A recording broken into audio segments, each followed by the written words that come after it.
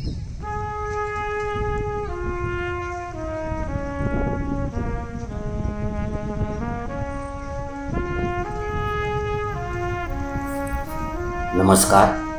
प्रणाम.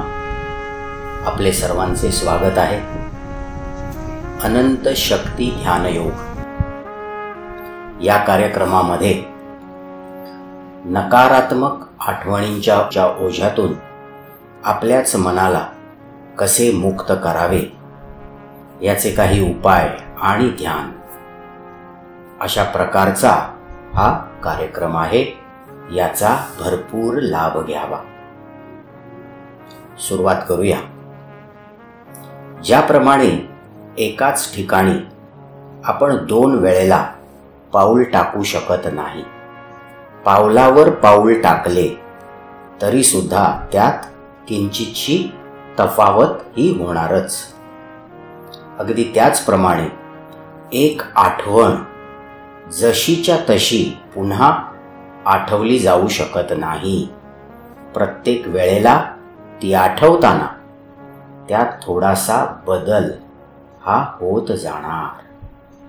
थोडंसं नीट लक्ष देऊ समजून घेणं खूप महत्त्वाचं आहे.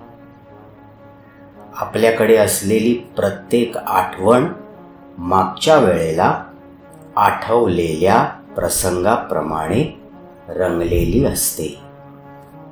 यावर संशोधन झालेले आहे आणि ते संशोधन असं दर्शवतं की स्मृती जेवढी अधिक वेळा आठवू तेवढीच जास्त आपली मेमरी करप्ट होत जाते, बदलत जाते, जशीच्या तशी राहत नाही.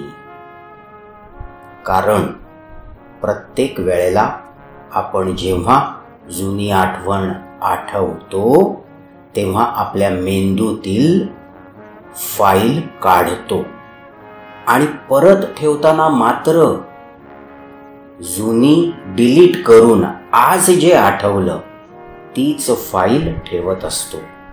अर्थात आपण वास्तविक घटना, जे खरं घडलं ते लक्षात ठेवण्याऐवजी आज आपण काय आठवलं तेच लक्षात ठेवत असतो, त्याच्या बदलांसह. उदाहरण घेऊ. हे कानगोष्टीच्या खेळाप्रमाणे आहे. पहिली व्यक्ती दुसऱ्या व्यक्तीच्या कानात काहीतरी सांगते. दुसरी व्यक्ती जे ऐकलं ते तिसऱ्या व्यक्तीच्या कानात सांगते आणि या साखळीमधील जी शेवटची व्यक्ती आहे तिला जे ऐकू आलं ते ती सर्वांसमोर मोठ्याने सांगते.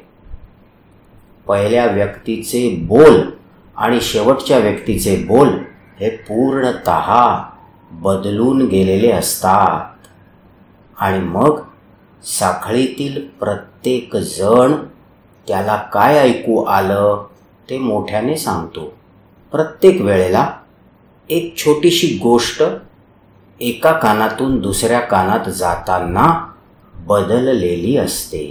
अशा प्रकारे शेवटपर्यंत संपूर्ण गोष्टच बदलून गेलेली असते. लक्षात घ्या, आपली मेमरी, आपली आठवण ही मूळ घटनेमधून निर्माण झालेली प्रतिमा नाही. ती अशी प्रतिमा आहे जी थोडीशी बदललेली आहे, करप्ट झालेली आहे. कारण लक्षात ठेवताना आपणच ती बदलत असतो. या विषयातील प्रमुख संशोधक डोना ब्रिज असे सांगतात, ज्याच्याकडे अशी एक आठवण आहे की जी आठवण त्याला संपूर्ण जीवनात मनापासून धरून ठेवायची आहे, तर एक गोष्ट आवर्जून इथे सांगावीशी वाटते की मूळ घटनेपेक्षा ती आठवण हळूहळू पूर्णतः बदलून जाईल.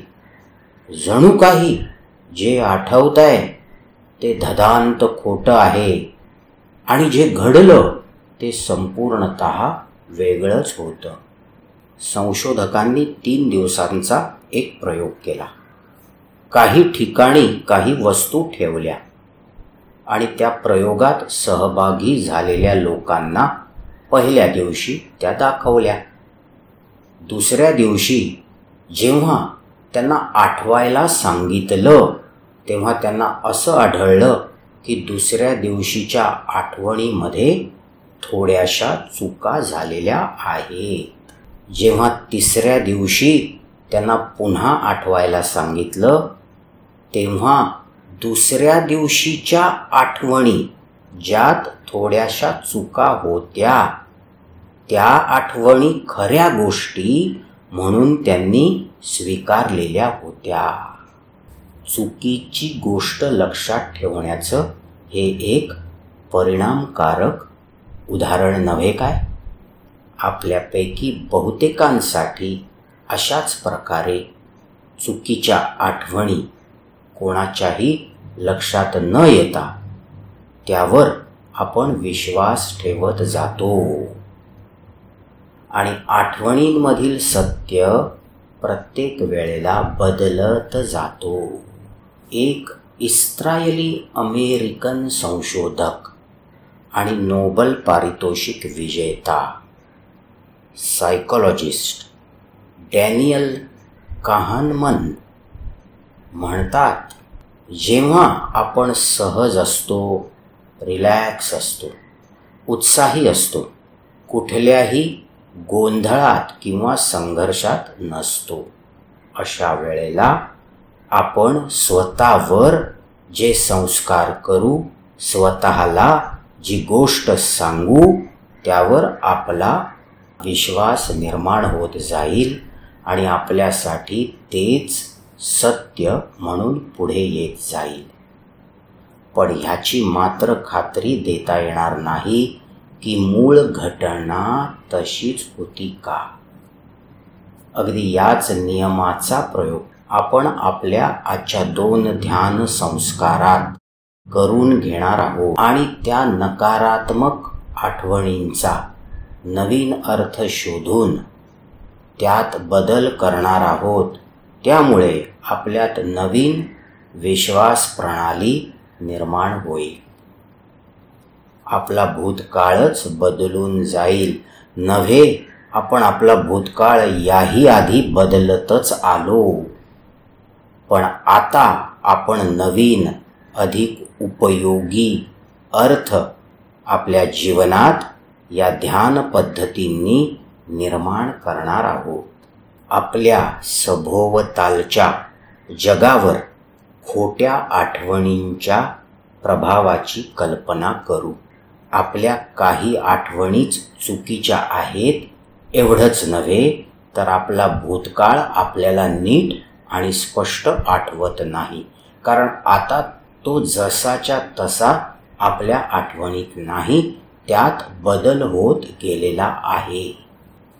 आता आपल्या ज्या चुकीच्या आठवणी आहेत त्या अधिक उपयोगी व्हाव्यात, अर्थपूर्ण व्हाव्यात, यासाठी काय उपाय आहेत ते आपण पाहू आणि त्याचा कसा लाभ घेऊ शकतो ते आपण ठरवू. ठीक आहे. पहिला उपाय आहे therapy, cognitive behavioural therapy CBT चा भाग म्हणून मेमरी अल्टरिंग अर्थात आठवणी बदलण्याचे आणि त्याचा अर्थ बदलण्याचे तंत्र या आधीच अस्तित्वात आहे. CBT हा आघातानंतरचा ताण, चिंता, झोप न लागणे, अंमली पदार्थांचे सेवन आणि इतर विकारांवरती उपचार आहे. लोकांचे वर्तन आणि वृत्ती यामुळे बदलली जाऊ शकते आणि याचबरोबर ध्यान संस्कार, स्वसंमोहन अशा प्रक्रिया सुद्धा आहेत. ध्यान थेरपीचा प्रयोग या कोर्सच्या माध्यमातून आपण करणारच आहोत. काही नकारात्मक विचार आणि आठवणी यांचा पगडा आपल्या मनावर जबरदस्त आहे आणि त्या वारंवार मनात घोळवल्या जातात. आताच सांगितलेल्या विविध प्रक्रिया, थेरपीज या निश्चित स्वरूपात यावर उपचार म्हणून उपयोगी ठरते. आपल्या स्वतःच्या मनाचं एक नवीन मॉडेल तयार करणं आवश्यक असेल, जे आनंद देणारं, प्रगती घडवून आणणारं असेल, स्वतःची स्वतःसाठी आणि इतरांसाठी उपयोगिता वाढवणारं असेल. आणि असं मॉडेल आपलं मन शक्तिशाली करेल. एवढंच नव्हे तर आपली इंद्रिय, आपलं शरीर उत्साहाने सहभागी होईल आणि आपले पूर्ण अस्तित्व कर्मकुशल होत जाईल. नकारात्मक चक्र तोडण्यासाठी मनाची एकजूट इच्छाशक्ती आवश्यक आहे. आठवणींमधील मूळ निरर्थकता समजून घेणं आवश्यक आहे. मनाचं नवीन मॉडेल बनवताना आपल्या जुन्या स्मृती जाणीवपूर्वक बदलण्यासाठी आपल्याला सकारात्मक गोष्टींवर अधिक जोर देणं आवश्यक आहे, ज्यामुळे चांगल्या आठवणी मनात येतील आणि वाईट आठवणींचा आपण नवीन अर्थ आणि उपयोगिता निर्माण करू. असं केल्याने आपल्या मजबूत आणि बुद्धिमान बाजूंना बळ मिळेल आणि आपल्यातील वीकनेस, कमकुवतपणा या बाजू कमी होतील, नाहीशा होतील. मनाच्या नवीन मॉडेलमध्ये आपण आपल्या जवळ जतन केलेल्या, सर्वात जवळ ठेवलेल्या आठवणी आपल्याला पुन्हा निर्माण करून आपल्या पुढील जीवनासाठी अधिक उपयोगी कशा होतील ह्याची प्रक्रिया करायची आहे. दुसरा उपाय म्हणजे नवीन फ्रेम्स मिळवणे. आपल्याकडे फक्त आठवणींची पुनर्रचना करण्याची क्षमता नाही, तर आपण प्रत्येक अनुभव वेगवेगळ्या प्रकारे चौकटीत बसवू शकतो, फ्रेम करू शकतो. आपला दृष्टिकोन बदलून असं करणं शक्य आहे. दृष्टिकोन बदलला असता सामर्थ्य कसं निर्माण होतं याचं एक उदाहरण पाहू. बघा, पहिला दृष्टिकोन. मी पाय मोडून बसलो, आता फक्त त्रास आणि त्रास. अडकून पडणार, वेळ फुकट जाणार, काही होणार नाही माझ्याकडून आता 2-3 महिने. आता दुसरा दृष्टिकोन पाहू. अपघात झाला, पाय दुखावला, काही हरकत नाही, फक्त 1-2 महिन्यातच मी पुन्हा उभा राहीन. सध्या स्वतःवरती आणि उपचारांवरती मी लक्ष देणार आहे. लवकर बरा होईन, सर्व काही कव्हर करीन आणि हे 2 महिने सुद्धा उपयोगी बनणार आहेत. चांगली पुस्तकं वाचीन, भरपूर वेळ आहे आता माझ्याजवळ. जुन्या मित्रांना कॉल करीन, राहिलेले चांगले सिनेमे पाहीन. मी भरपूर काही करू शकतो. विचार करा बरं, अशा प्रकारे चांगल्या दृष्टिकोनातून परिस्थिती निर्माण करण्यात आपल्याला प्रमुख अडथळा कोणता येतो? अर्थात आपण स्वतः. आपणच आपल्या मनावर आत्तापर्यंत केलेले संस्कार. हे एका दिवसात घडलं का? नाही, वर्षानुवर्ष आपण आपल्याला अशा प्रकारे घडवत आलो, नव्हे काय? माझी इच्छाशक्ती इतकी मर्यादित आहे. कालच मी इतका थकलेलो होतो की मी मनाला आवर घालू शकलो नाही आणि मी 2 घोट घेतले.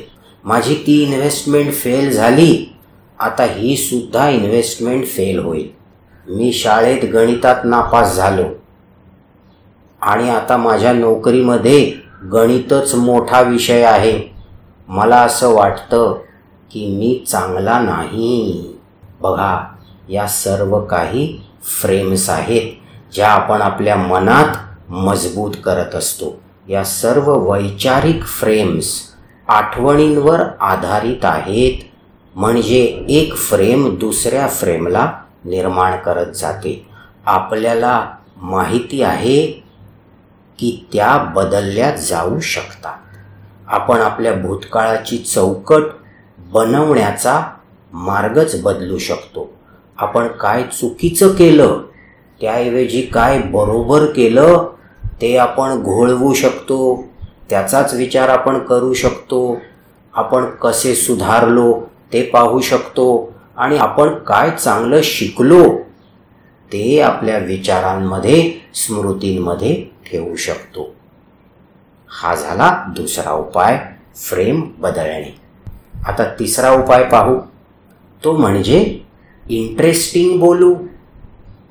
उत्कंठा वाढवणारं, उत्साह वाढवणारं असं बोलू. बघा, आपल्या आठवणींविषयी आपण स्वतःशी संवाद साधताना आणि इतरांशी संवाद साधताना त्या गोष्टी इंटरेस्टिंग असतात का? कुतूहल, आकर्षण, कौतुक, उत्साह निर्माण करणाऱ्या असतात का? हा विचार नक्कीच करायला हवा की त्या सर्व आठवणी कंटाळवाण्या, निराशाजनक असतात. स्वतःसोबत, इतरांसोबत त्या आठवणींची उजळणी करताना त्यात रंग भरायला काय हरकत आहे? कदाचित काही जणांना हे पटणार नाही. आपण आपल्याशीच खोटं का बोलायचं किंवा इतरांना खोट्या गोष्टी का सांगायच्या असा विचार अजिबात करू नका. एखादी आठवण आपल्यासाठी सुंदर व्हावी, इतरांसाठी सुद्धा ती ऐकताना उत्साह आणि कुतूहल निर्माण करणारी व्हावी. जर त्यात कोणाचंच काहीच नुकसान नाही तर काय हरकत आहे त्या आठवणींमध्ये रंग भरायला? मला डास चावत होते असं म्हणण्याऐवजी डासांनी चारीही दिशांनी कौरव सेनेप्रमाणे माझ्यावर आक्रमण केले असे म्हणायला काय हरकत आहे? मी पटकन रस्ता ओलांडला असे म्हणण्याऐवजी भरधाव धावणाऱ्या गाड्यांना समजण्या अगोदरच सुपरमॅन सारखा मी रस्ता पार केला.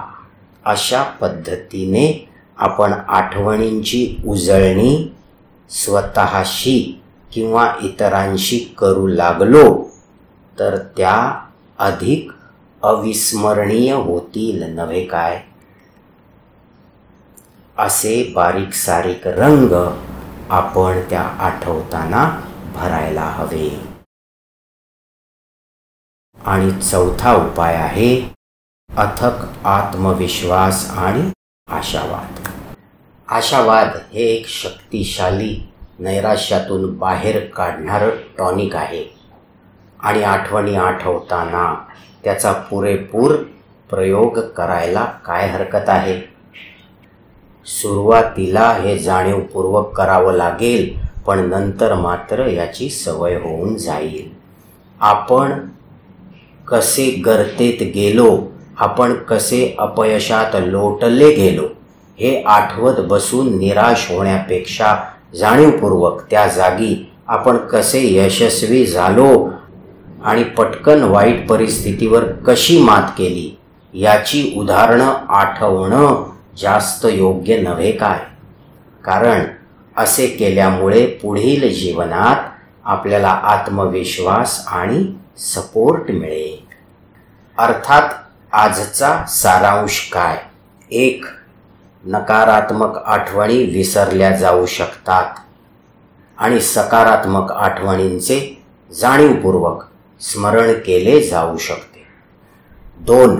वाईट आठवणींमध्ये सुद्धा चांगलं काय ते शोधता येऊ शकतं आणि त्यांना सकारात्मक दृष्टिकोनातून फ्रेम केलं जाऊ शकतं. 3. आठवणींमध्ये सुद्धा सुंदर प्रकारे बारीक सारीक तपशील जोडून अधिक मनोरंजक, उत्कंठावर्धक आठवणी निर्माण केल्या जाऊ शकतात. 4. आठवणींना उजाळा देताना प्रत्येक वेळी आपली सकारात्मक बाजू मांडून आपण हळूहळू सकारात्मक व्यक्तिमत्व घडत जाऊ. 5. सर्वात महत्त्वाचं म्हणजे आपलं व्यक्तिमत्व आपल्याच आठवणीतून आणि विचारातून दिवसेंदिवस घडत जात आहे. सर्वांचे स्वागत. खूप खूप शुभेच्छा. शुभ होवो, मंगल होवो आणि जीवनात दिवसेंदिवस प्रगती होत जावो. धन्यवाद. Thank you very much.